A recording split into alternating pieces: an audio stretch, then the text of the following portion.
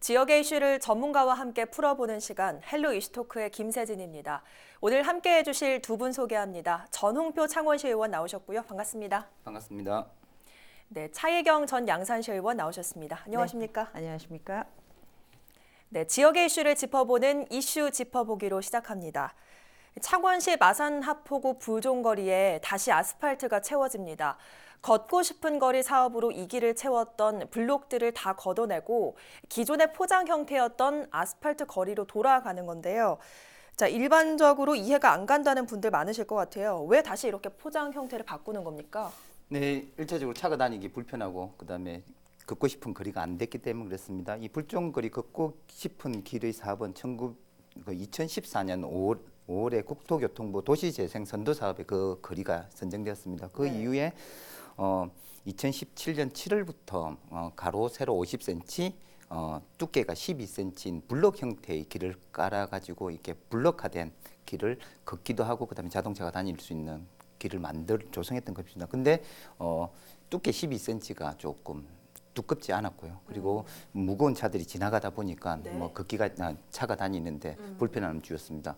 그렇게 해서 그 2년 세월에 6번 정도 이렇게 수선 작업을 했습니다. 그러다 못하니 불과 2년 만에 다시 아스팔트로 깔게 된 그런 행정의 낭비, 세금의 낭비로 비칠 수 있는 사업이 진행된 것입니다. 예, 사실 걷고 싶은 거리의 경우 저희가 문제가 많다는 보도 정말 여러 차례 전해드렸거든요. 그만큼 말이 많긴 했는데 아무래도 인근 상인분들은 더 예민하실 것 같은데 이 공사 기간을 좀 줄여달라고 당부를 하기도 했다면서요? 네, 그렇습니다. 지금 어쨌든 간에 그 자기 가게 앞에서 정비나 보수를 하게 되면 손님들이 끌지 않습니다. 잘 오지도 않으시고요. 그래서 어쨌든 간에 그 정비 시기나 시간을 가지고 여러 가지 의견을 나누기도 했는데요. 네. 상인과 주민들이 일단 아스팔트 포장을 하는 것에 대해서는 찬성을 하고요. 예, 찬성을 하고 있는데 어쨌든 그 공사 과정에서 기간이나 시간을 좀 조정하고 소음이나 진동을 좀 최소화해 달라는 요구가 있었습니다. 그래서 이제 그 아스팔트를 걷어내고 블록을 깔았다가 금방 이제 전 의원님 말씀하셨듯이 공사를 여러 번 했었답니다. 그러니까 왜 이렇게까지 하느냐. 네. 그리고 이제 사실은 주민들이 저희도 이제 시의원하면서 민원이 많았던 게 맨날 길을 뒤엎느냐라고 이야기를 했었거든요. 실제로 이게 이제 그 길만이 아니고 지하에 깔린 여러 것에 대한 공사 때문에 중복되는 게 많은데 실제로 이게 통합해서 하는 프로그램 아니면은 땅 밑에 이제 사실은 선로나 이런 것들을 좀 그림을 그려서 한꺼번에 할 수 있는 그런 프로그램도 좀 진행을 했으면 좋겠다라고 생각이 들고요. 그래서 어쨌든 간에 그 이제 주민 설명회를 바탕으로 해서 그 가급적으로 이제 빨리 이제 공사 시기를 좀 당겨서 밤에 한 10시에서 새벽까지로 하기로 하고 그리고 이제 설명회에 참석하지 않은 그 주민들의 의견도 함께 조합해서 최종 결정할 계획이다라고 시에서는 밝히고 있습니다. 예, 정말 잘못된 행정 사례로 남지 않도록 이번에는 좀 잘 추진됐으면 좋겠습니다.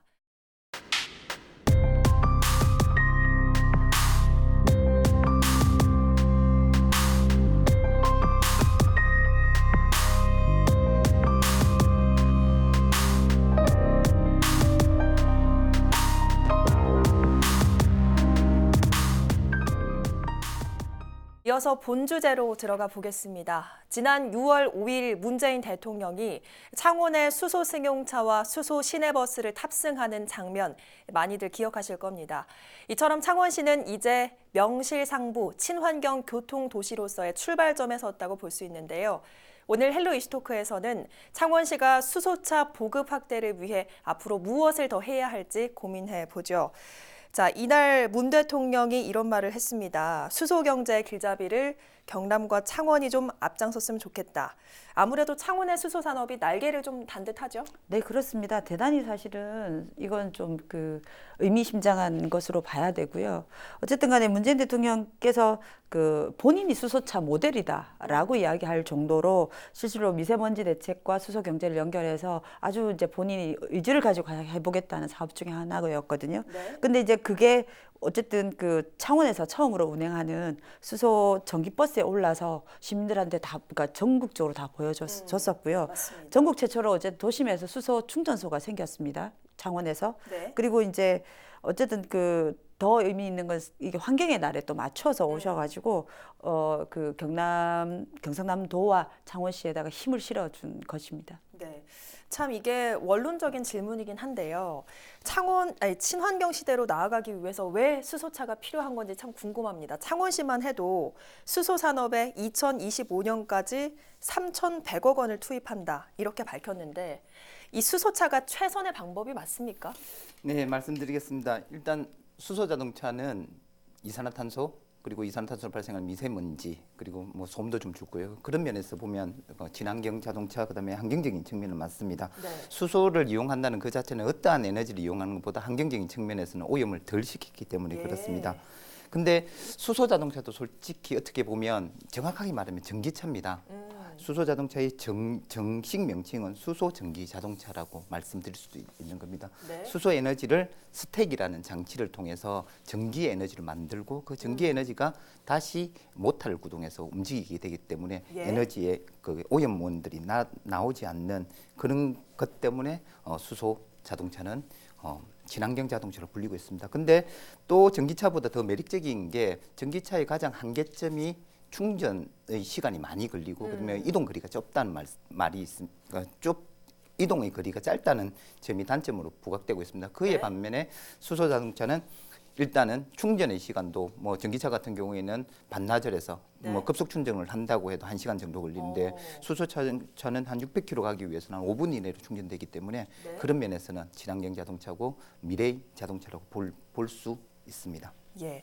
근데 이 현재 창원시 의원이기도 한 우리 전 의원님께서는 환경공학 전문가기도 하시죠. 네. 이 수소 산업에 대해서 좀 약간 부정적인 입장이시라면서요. 예, 수소 에너지를 얻는 방법은 크게 두 가지 방법이 있습니다. 우리가 석유를 정제할 때 나오는 그 가스 갖고 이용하는 방법이 하나가 있고요. 네. 그러면 그 방법이 하나 있고 또 하나 방법은 우리가 너무 친숙한 우리 주변에 있는 물을 전기 분해해서 만드는 방법입니다.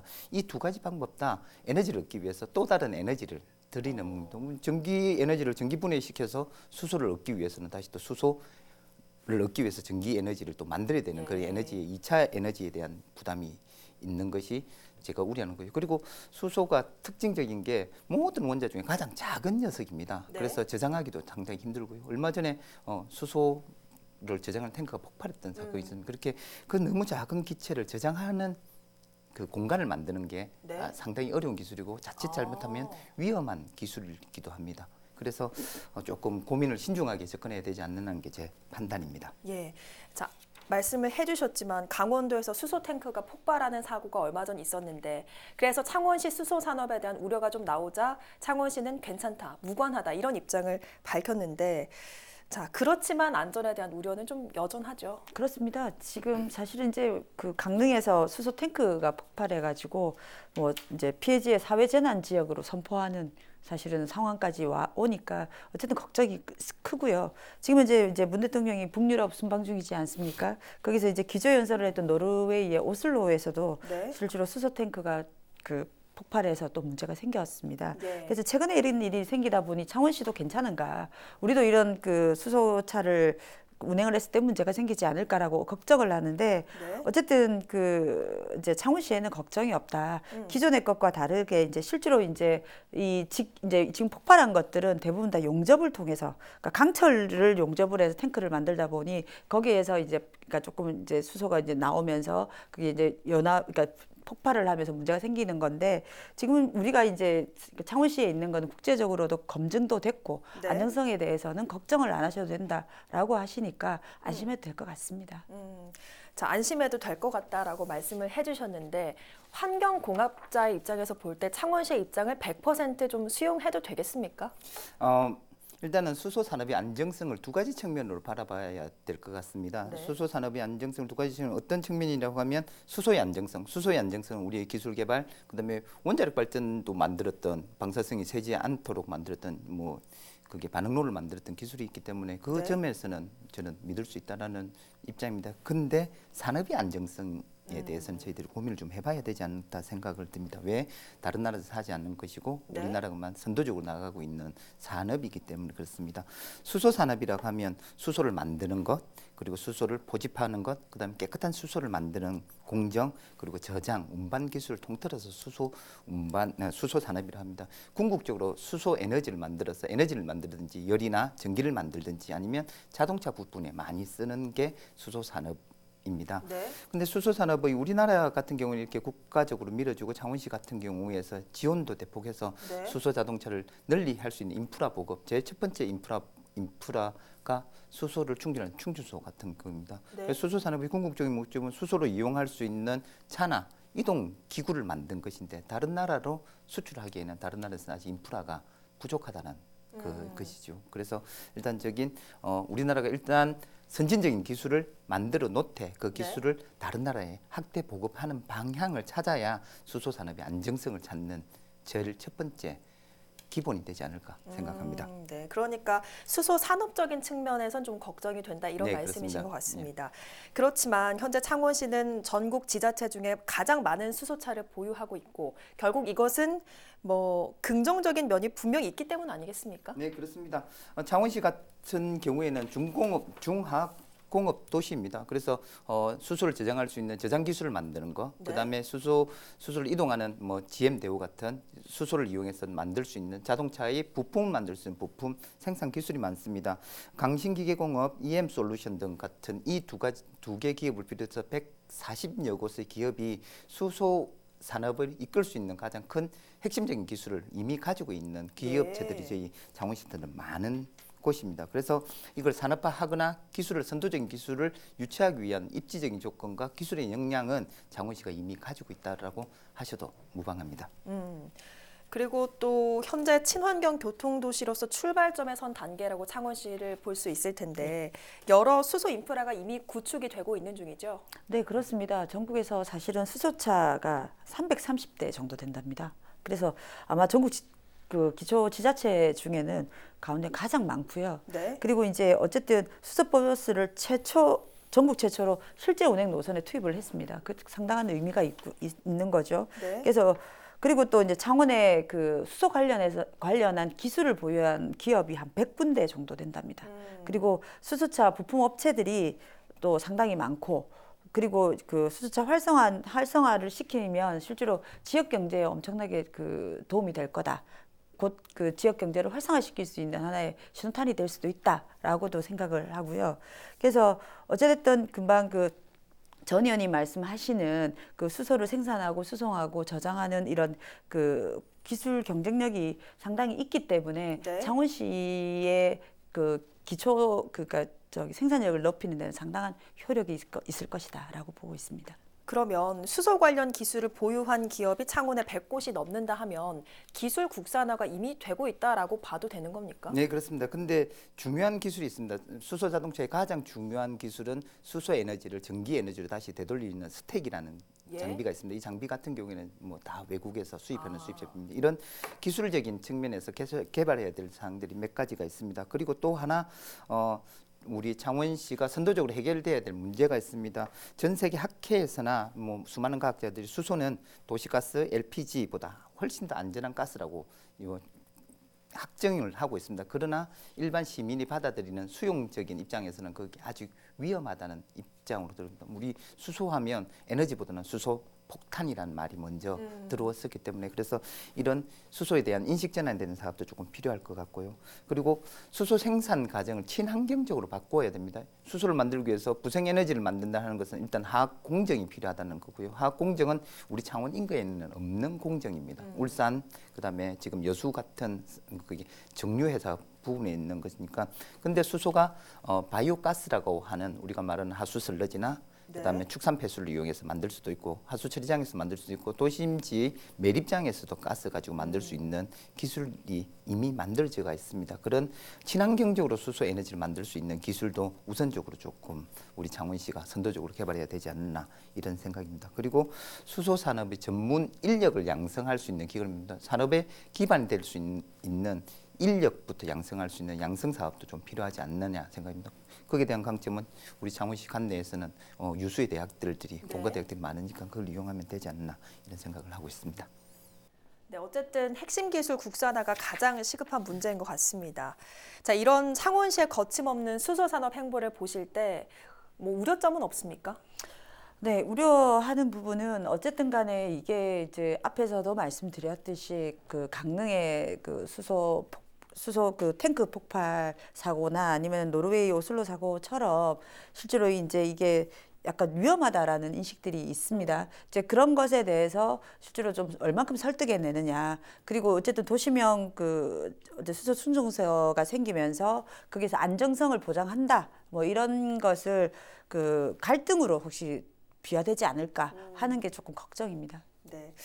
역시나 안전성에 대한 좀 걱정이 큰 것 같습니다. 환경 전문가 입장에서 한번 말씀해 주시죠. 네, 수소 에너지의 장점이 많은 에너지이긴 확실합니다. 일단 네. 깨끗한 에너지라는 점하고 그다음에 전기차와 비교해서 빠른 충전 시간으로 이용할 수 있다는 겁니다. 그리고 중장거리를 이동할 수 있는 연료로 사용할 수 있다는 큰 장점을 가지고 있습니다. 네. 우리 창원시가 가장 유명했던 게 2008년 람사르 총회 개최 이후 환경수도 창원이라는 측면이었습니다. 그때 당시에 환경수도 창원은 생물 다양성을 보존하고 맑은 하늘과 맑은 하천 그리고 철새와 새들이 같이 공존할 수 있는 이렇게 생태학적인 부분을 강조했다고 하면요. 네. 지금 창원시는 또 다른 환경수도를 외치고 있습니다. 그 환경수도의 근간이 수소 에너지가 되는 것입니다. 수소 에너지를 장점만 이용해서 사용할 수 있는 방법들이 여러 가지가 있습니다. 지금 창원시 관내에서는 한 800여 대의 버스가 다니고 있습니다. 네. 이 버스는 많은 사람들을 이동시켜야 되고 그에 비해서 많은 힘이 필요한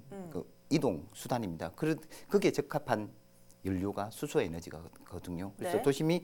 도심에서 지르는 디젤차나 다른 연료를 대체할 수 있는 중장거리 이동시킬 수 있는 수소 버스를 이용해서 이동 수단을 가지고 한다면 도심의 환경이 좀 더 깨끗해질 수 있는 장점이 이용될 수도 있고요. 그리고 또 하나 기술적인 측면이 있습니다. 지금 우리는 도심지 내에 육상 내에서의 깨끗한 공기를 외치고 있는데 공기의 오염원 중에 또 대다른 부분이 해양 이동 수단입니다. 큰 선박들 같은 경우는 더 많은 환경 오염 물질을 네. 내뱉고 있거든요. 수소 에너지를 이용하는 선박 제조 기술, 우리 이 창원의 중심적인 기술 산업등이 조선 산업이지 않습니까? 그래서 네. 수소 에너지를 이용할 수 있는 엔진, 선박 엔진 같은 경우도 같이 연계해서 이용을 한다고 하면 환경적인 측면과 수소 에너지 산업에 대한 측면도 동시에 누리지 않을까 생각합니다. 그래서 이걸